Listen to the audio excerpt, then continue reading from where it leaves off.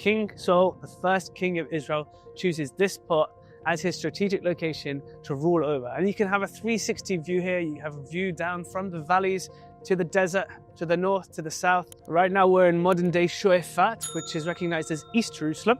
He makes this his stronghold, his strong point, and so the first capital of the attempted United Kingdoms of Israel stationed here. This was part of Benjamin's land.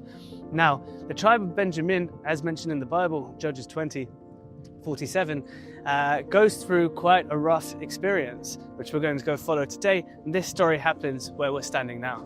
The verse starting from chapter 19. Back when there was no king in Israel, a Levite man on the outskirts of Ephraim hills took himself a concubine from Bethlehem of Yehuda, Judea. So an atrocity happens where the Levite was looking for a place to stay with his wife. He ends up coming into the house of Benjamin, one of the houses of an old man. The tribes of Benjamin, they did not show much hospitality. They came, they start smashing on the doors, and eventually they mistreat the women in some of the worst ways, and the woman dies. Now, when the Levite saw this, he decided that this behavior cannot continue happening. No such event has happened since the times of the Jews left Egypt until such an event. And this was a very conflicting thing for the rest of the tribes. He goes up to a place called Mitzpeh, which is actually in Ramallah. We can see Ramallah right here.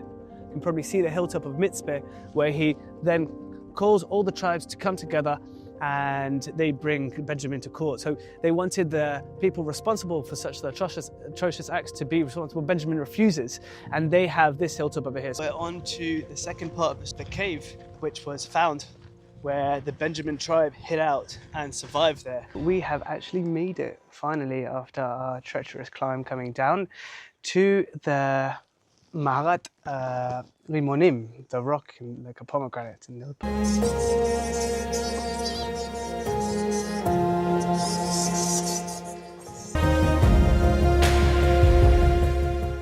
You know, the reason that they had to go and hide, the reason that people were against them, it was because of their immorality. It says that at that time Israel had no king.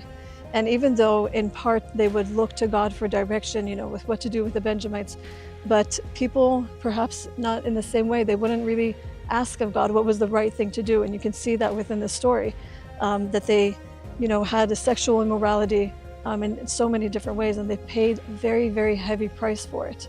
And perhaps it's also a way to sort of look at Israel today and think about the different types of immorality that there are and what separate us and cause a divide within the people. So definitely a lesson to be learned.